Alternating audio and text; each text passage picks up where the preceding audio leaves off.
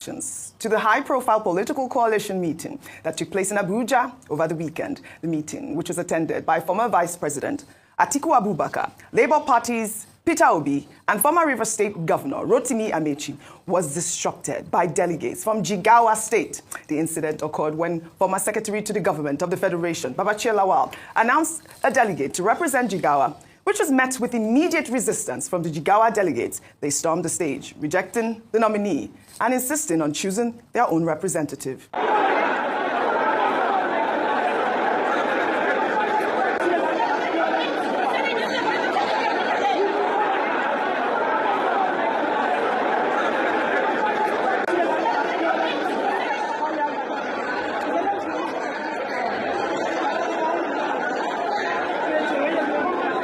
This was a sight to watch. Grown men wearing babariga fighting. Well, the situation escalated there, prompting the Nigerian police to, de-escalate the tension. And at the end of the day, I believe Mustafa Lamido, some of former Jigawa State Governor, Sule Lamido, and other delegates were chosen to represent the state. Let me take this reaction from Ibrahim, who wrote, "What happened today, that was yesterday, at the Continental Hotel in Abuja is just disgraceful. You can't call yourselves leaders and show up to a consultative meeting only to start fighting each other. The folks from Jigawa really need to sort themselves out. Sule Lamido should honestly know better." Another Twitter user wrote, "Shows how fragile alliances built on convenience really are. If Jigawa delegates can disrupt this easily, what hope is there for united leadership in 2027? Politics remains a circus, not a solution." Well, ahead of that meeting, Atiku Abubakar posted a video which has since gone viral on X with a caption. "His Excellency, Peter Obi and I arrived at the Abuja Continental Hotel for the National Political Consultative Group." Let's take a look.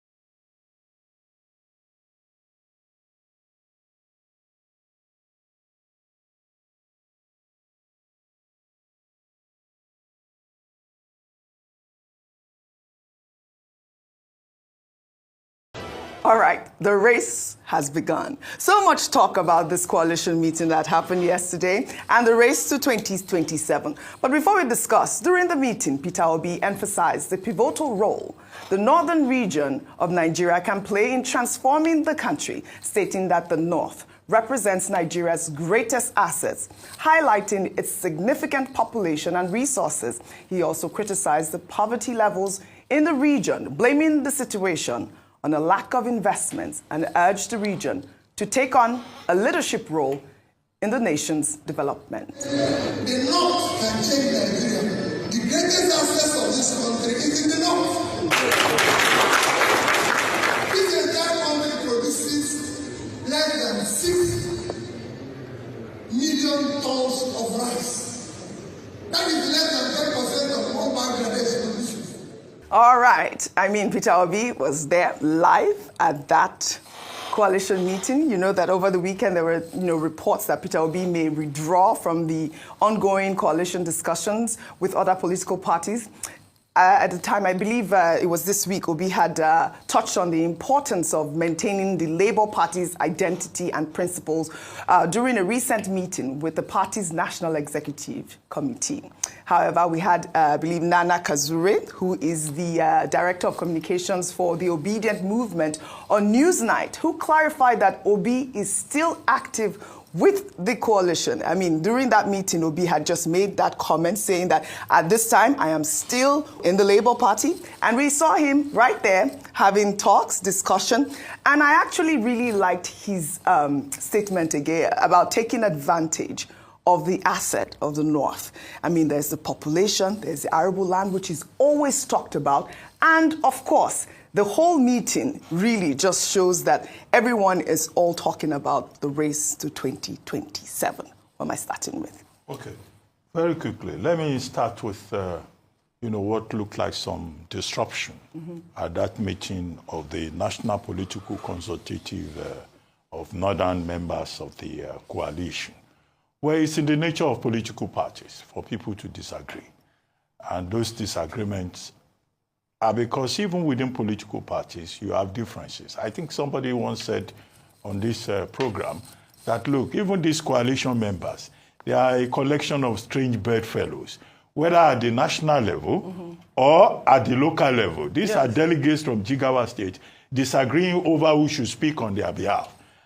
Former Secretary to the Government of the Federation, Babachilawa, had nominated someone else. See how they all trooped towards the podium. They said they didn't want that person until Mustafa Lamido was chosen to speak on behalf of the people. Yes. And then, of course, there was calm. But what I think also is instructive is that, look, the security agents that were there, police, DSS, private guards, they immediately took charge to make sure that calm was restored. So the planners had also factored security into all of this. But this is to say that even within this coalition, all this collection of persons who say we will deal with Tinubu, we will remove APC from power, they also have issues among themselves. Yes, that's what it shows. It's not as if it's a united front. And I made a point earlier that there are also divisions within this coalition, whether it's in the north or the south, as to what platform to use, as to whether a new political party should be formed, and other details as to the way to go forward. Mr. Peter Obi, yes, was one of the prominent leaders on that occasion, and he spoke about the north being an asset to the country. And his point is about having to address the challenge of poverty in the north. He's having met a lot of these Amajiri children, who are very brilliant, who could be a greater asset to Nigeria if they were given the opportunity to go to school and to lead. Yes. It's not as if these persons are not talented. They are just as talented as other children. But what you have in the north is the failure of the leadership. Northern leaders have been discussing education in the north since 1959. Yeah. And yet the population of children out of school continues to increase. And he talked about agriculture. And he was saying, look, given the arable land in the north, Nigeria can even do better than, those comparisons with Bangladesh and those other countries.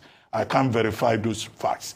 But his point is that, look, the north alone can feed Nigeria, and there are a lot of opportunities there. On that score, you, of course, cannot disagree with them. But in any case, as to whether you will leave the coalition or run on the platform of the Labour Party, well, it's entirely his decision. Absolutely. But it is instructive that, look, people are talking. People are talking. At the end of the day, whatever that coalition produces, it's not all the people who started that will be there. It will be on the basis of negotiations. Yes. And what, each person gets, what each person does not get. Dr. Sam Amadi was making the point about rentier politics in Nigerian democracy.